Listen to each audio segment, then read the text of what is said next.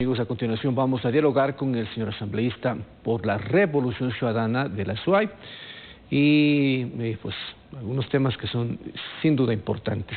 Nos acompaña Juan Cristóbal Lloret. Buenos días, señor asambleísta.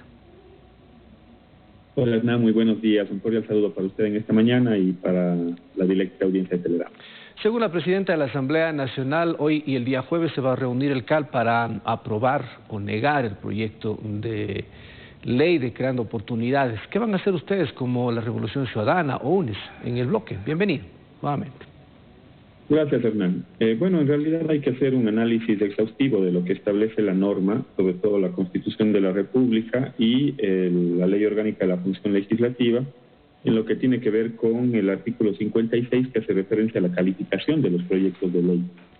A nuestro modo de ver, este proyecto de ley no solo conlleva el tratamiento de una sola materia.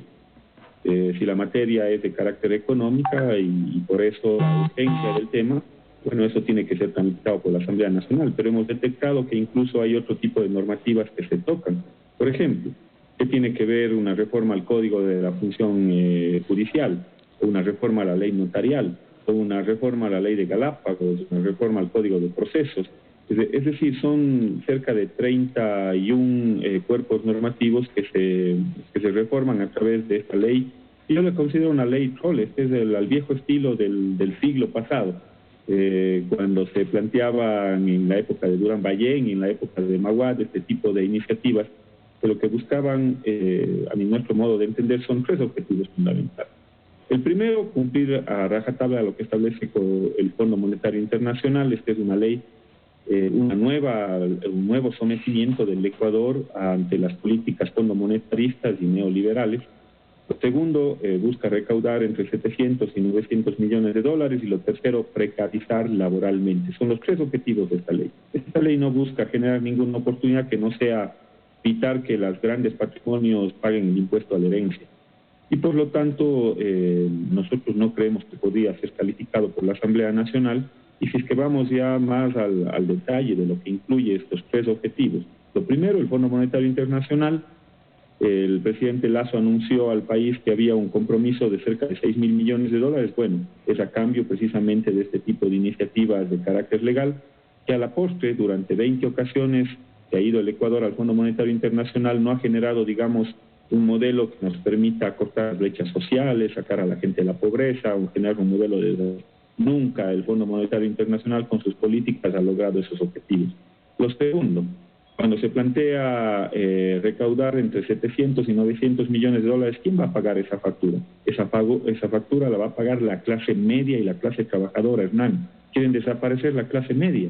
¿Por qué? Porque nos están planteando una serie de contribuciones, una serie de impuestos. Alguien que ganaba antes $2.000, Hernán, pagaba casi cero de impuesto a la renta. Hoy estaría contribuyendo con cerca de 700 y pico de dólares, es decir, hay un incremento del 700%. Y si es que dicen, bueno, el que más tiene, más pague, resulta que la tabla ni siquiera es progresiva. Es decir, al que gana $2.000 se le incrementa el 700%. Pero ¿qué pasa con el que gana 10.000, por ejemplo? $10.000 al mes. Antes pagaba $19.000, ahora va a pagar 29. Hay un incremento de cerca del 50%. Entonces, no hay relación, no es una tabla progresiva. No es el que más gana, más paga. Por el contrario, están asentando la factura en la clase media y en la clase trabajadora. Y cuando digo la clase trabajadora, sí. Ingeniero, ¿qué debe hacer entonces el CAL hoy y el día jueves?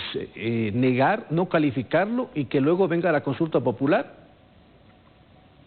Bueno, la Constitución es clara, la Ley Orgánica de la Función Legislativa y también la Ley de Garantías Jurisdiccionales precisamente establecen que cuando se envíen proyectos del Ejecutivo, cuando se envíen proyectos de ley conforme al artículo 136 de la Constitución, estos proyectos de ley deberán referirse a una sola materia, dice la Constitución, dice la Ley Orgánica de la Función Legislativa.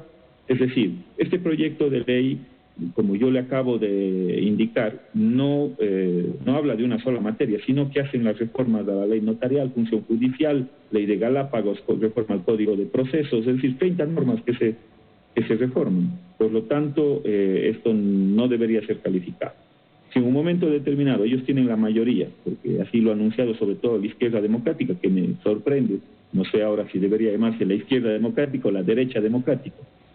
En todo caso, si es que este proyecto llega a calificarse, hay esta serie de observaciones. La factura la va a pagar la clase media y la clase trabajadora. No es una ley que en el fondo reactiva nada, porque encima nos están planteando un nuevo modelo de precarización laboral. ¿Qué es lo que se trata en el país? De tener ciudadanos de primera y ciudadanos de segunda, los ciudadanos que tienen más derechos laborales y los ciudadanos que tienen menos derechos laborales. ¿En qué parte del mundo se ha visto ese tratamiento? Que aparte es inconstitucional porque la Constitución no permite tener este tipo de tratamientos. Ciudadanos de primera y ciudadanos de segunda. Pero sobre todo laboralmente lo que se piensa es seguramente reducir los costos de la mano de obra, pero nada se ha dicho de objetivos que son mucho mayores y que tienen que ver sobre todo con la reactivación económica y sobre todo con la reactivación de la demanda. Sí. ¿Dónde no se coincide? Porque el presidente de la República en la Asamblea Nacional dijo $136 a quienes ganan 24.000 al año. Usted me dice 700 y hasta 900. ¿Qué es lo que pasa ahí? ¿Dónde falla la información? Bueno, es que lo que están haciendo es reduciendo las deducciones en el pago del impuesto a la renta. Y si usted hace una estimación de que se reducen las deducciones que usted tiene en este momento para el pago del impuesto a la renta, automáticamente quienes tienen que pagar mayores valores precisamente es la clase media. Es ese segmento que podría ser entre $2.000 hasta $5.000. Ellos son los que van a contribuir en gran medida, no los grandes patrimonios, no los que ganan $10.000. Y cuando se plantea un impuesto a los grandes patrimonios, también es bueno, eso quizás podría ser rescatable, pero también hay una serie de deducciones y una serie de condicionamientos. Al final del día, esos grandes patrimonios, ¿en qué se benefician? Y el propio señor presidente Lasso, yo no sé cuánto sea la fortuna del señor Lasso, seguramente debe ser una fortuna importante, pero resulta que al final del día, esa fortuna ya no va a pagar el impuesto a la herencia. Y no se olvide que primero los pobres no heredan nada porque no tienen absolutamente nada. La clase media es la que contribuía si alguien superaba los cerca de $71.000 que reciben una herencia, pagaba el 5%, pero los que recibían más de $850.000 en una herencia pagaban el 35%. Entonces, ¿a quién beneficia esta ley? Esta es una ley y una ley de oportunidades para que aquellos grandes patrimonios no paguen precisamente el impuesto a la herencia. Ellos son los que se benefician. Y encima lo hacen con efecto retroactivo, estimado Hernán. Es decir, tiene que ser con efecto retroactivo hasta el año 2020, pues que seguramente hay que ver qué fortunas se dieron o algunas personas que fallecieron en esos años, precisamente que se van a beneficiar del pago de este impuesto. Ingeniero, muchas gracias. Seguiremos analizando el tema de esta ley. Sin duda que hay varios. Muchas gracias. Gracias. Un buen día. Ingeniero Juan Cristóbal Llorens, asambleísta de la SUE. Pausa.